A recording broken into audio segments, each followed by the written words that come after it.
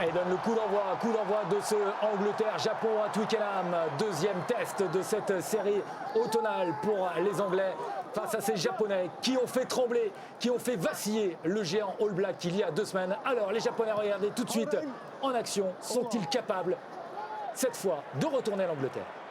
Pas sûr que les joueurs japonais étaient hors jeu. C'est l'arbitre de touche, il me semble qu'il l'avait signalé à M. Goldman. En attendant, évidemment, 100% toujours pour Owen Farrell. On veut voir beaucoup plus de vitesse, beaucoup plus de dynamisme. Ouais, alors là, il ne faut pas regarder les matchs de l'Angleterre si vous voulez plus de vitesse et de dynamisme, parce que ça fait 2 week-ends où c'était quand même un des rythmes les plus lents de tous les matchs qu'on a vus de ces tournées d'automne. Allez, Itoje a pris ce ballon et cette fois on est parti sur un ballon porté. Bon ballon. Ce ballon qui ne progresse pas, on va devoir le sortir. Ouais. Est-ce qu'il est exploitable, Luc Cohen-Dickey là qui bien joué, Stewart qui est passé, Stewart qui va cadrer donner, qui va y aller tout seul. Et magnifique essai pour l'Angleterre cette fois. Superbe le talent des Anglais. Regardez bien là, les deux hommes là, le numéro 10 et le numéro 15 anglais, Marcus Smith. Il fait cette passe et Freddie Smith qui se démarque, qui voit que l'ailier Matsushima est en face de lui et se démarque au dernier moment pour sortir du plaquage.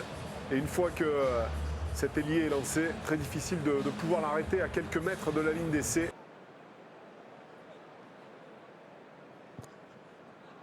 Oui, magnifique. Au bruit du ballon, on peut vous dire que ça passe pour Owen Farrell. Sans problème, 10-0 pour l'Angleterre. Peut-être pris le numéro de Freddie Stewart. Le numéro de Freddie Stewart qui est passé. Pour Villette. Il va essayer de donner ce ballon avec un nouvel essai dans la bonne défense. Le retour défensif magnifique de Yamasawa. Et Marcus Smith qui va marquer l'essai pour l'Angleterre au final. Les Anglais, encore une fois, sur un petit éclair, réussissent à marquer un deuxième essai. Cette fois, l'écart est creusé. 15-0 pour l'Angleterre qui est en train de remettre les choses en ordre.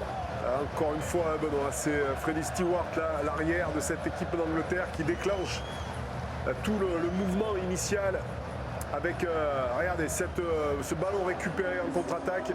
Prend les indicateurs de jeu, il voit qu'il y a des possibilités de jouer rapidement dans les espaces disponibles. Et Porte Villette qui vient se proposer juste à hauteur et Kokanaziga qui, lui, arrive quand même à maintenir la vie du ballon. On sent aussi, la semaine dernière, il pleuvait beaucoup. Là, il n'y a pas de pluie. Ballon plus praticable pour le jeu de passe pour les Anglais. Et oui, encore une fois, il est impressionnant.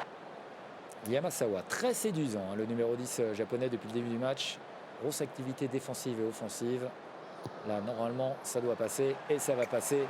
Il réduit le score 17-3 en faveur de l'Angleterre. Le Japon a débloqué son compteur et peut-être aussi débloquer les têtes.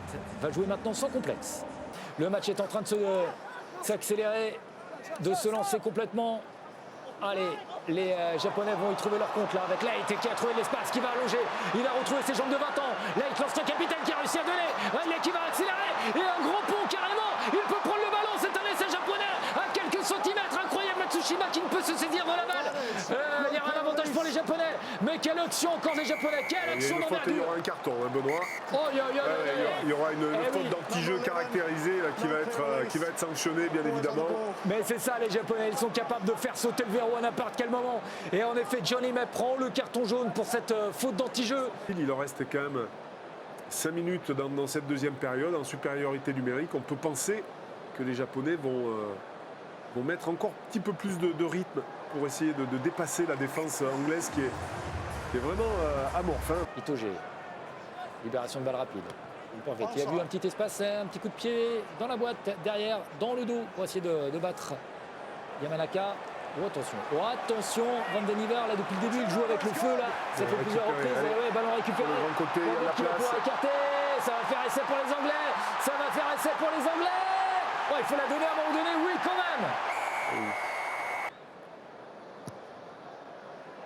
Et toujours à 100% avec 24-6 malgré l'infériorité numérique et l'Angleterre creuse l'écart et mène à la pause face aux Japonais un peu trop brouillons. On tente des pénalités. Oh là, c'est extérieur, ouais, ça sera raté. Ils vont intégrer des clubs français. Attention, cette touche, c'est une balle d'essai pour Itoje.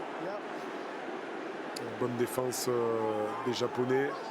très très bas, en poussée, qui a fait reculer la structure anglaise, hein, bien organisée, les Anglais, pour essayer de concrétiser leur action sur ce maul. Mais il va falloir sortir ce ballon. Villette pour Owen Farrell qui n'a pas réussi à sortir les bras. Pour Villette, Marcus Smith, là il y a un décalage qui est fait. Certainement, non, pas de passe pour Johnny May. On garde la balle au milieu du terrain et Daryl qui est venu. C'est pas mal fait, ça, il y a un petit peu de vitesse. À la prise de balle, c'est bien. Les avants, les gros, on s'y met, on va marquer. Et voici l'essai Sinclair. marqué. Une équipe anglaise qui, d'entrée de jeu, met un petit peu plus de rythme dans le match. 31-6, le score est large. Bon rideau défensif des Anglais. Et On voit, le regardez, contrôle, récupération. Ouais, là, les Anglais c'est bien sont fait. en train de se régaler. Ils sont en train de faire très très mal aux Japonais qui n'ont pas de solution. Le jeu de vitesse des Japonais pris vraiment pas. Porteur. Et ouais, Guy Porter qui marque un nouvel essai. Oh là là là là là là. L'addition est lourde. Et dire qu'on imaginait les Japonais capables de le faire. Les Japonais sont en train de se faire battre à plat de couture par cette équipe d'Angleterre qui veut faire taire toutes les critiques. Et bien pour l'instant, on va rester à 100% pour Owen Farrell. Saito, bien joué pour les Japonais. Encore un petit peu d'espace, mais tout de suite, regardez le rideau est reconstitué. Le ballon a été pris dans l'axe. Et c'est enfin, l'essai japonais qui va être marqué. Magnifique avec Naoto Saito qui marque cet essai. Alors, que va dire l'arbitre? Alors, on va voir. Ouais.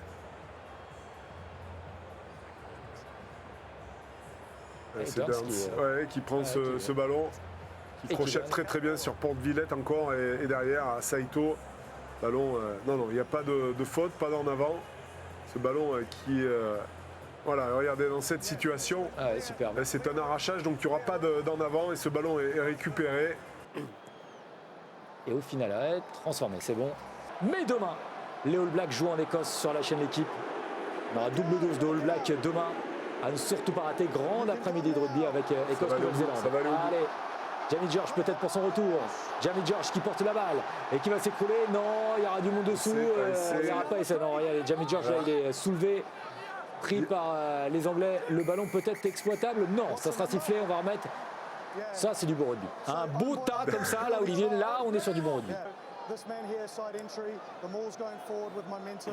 It's a yellow card and a penalty try here. Aïe, aïe, aïe, aïe, aïe. Cette Carton jaune maintenant. pénalité. Et cette pénalité dans la foulée pour cette faute qui a écroulé, voilà, alors que les Anglais allaient à l'essai. C'est un petit peu sévère peut-être.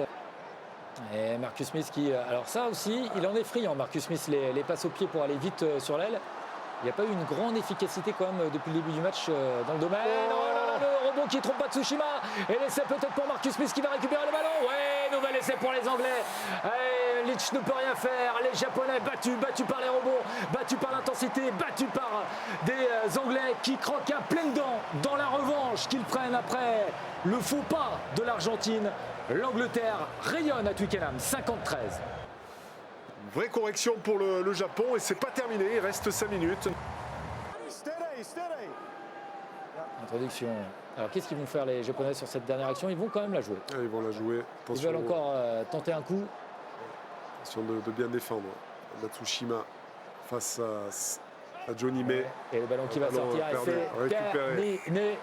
Victoire large pour l'Angleterre, 52-13, qui va des Japonais qui auront déjoué, qui n'auront jamais trouvé le rythme, et les bonnes sensations du côté du Japon.